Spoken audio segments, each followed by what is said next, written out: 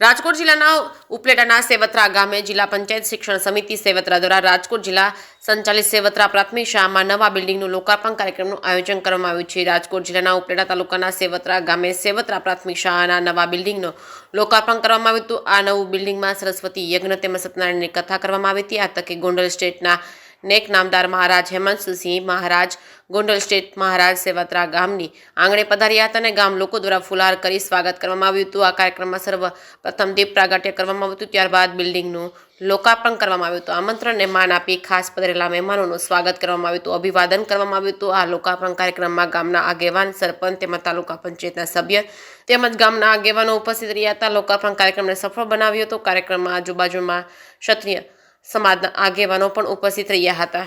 જે કેસની ગુજરાતી સાથે અર્શી આહિર, ઉપલેટા.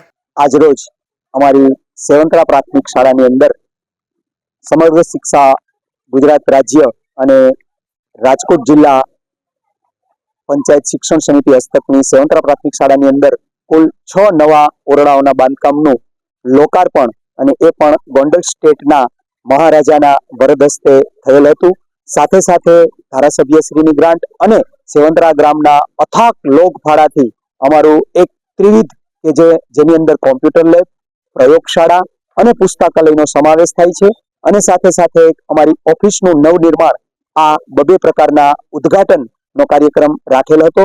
એની અંદર ગામની અંદરથી તમામ લોકો 100% ગામના વડીલો, ભાઈઓ, બહેનો, માતાઓ અને વિદ્યાર્થીઓની હાજરી હતી અને સાથે સાથે આ 3 દિવસથી આ ગામની અંદર રામદેવ પીરનો એક પટોત્સવનો કાર્યક્રમ પણ રાખવામાં આવેલો છે.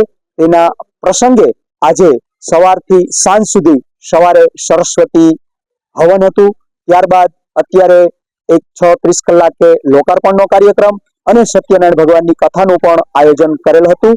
આ રીતના ત્રિવિધ કાર્યક્રમની અંદર હર્ષ ઉલ્લાસથી આજનો અમારો આ કાર્યક્રમ તમામ વડીલો, ઉપલેટાથી પણ તમામ જ્ઞાતિઓના વડીલો, પ્રબુદ્ધ નાગરિકો હાજર રહી અને અમારા આજના આ કાર્યક્રમને શોભાયમાન કરેલ હતો.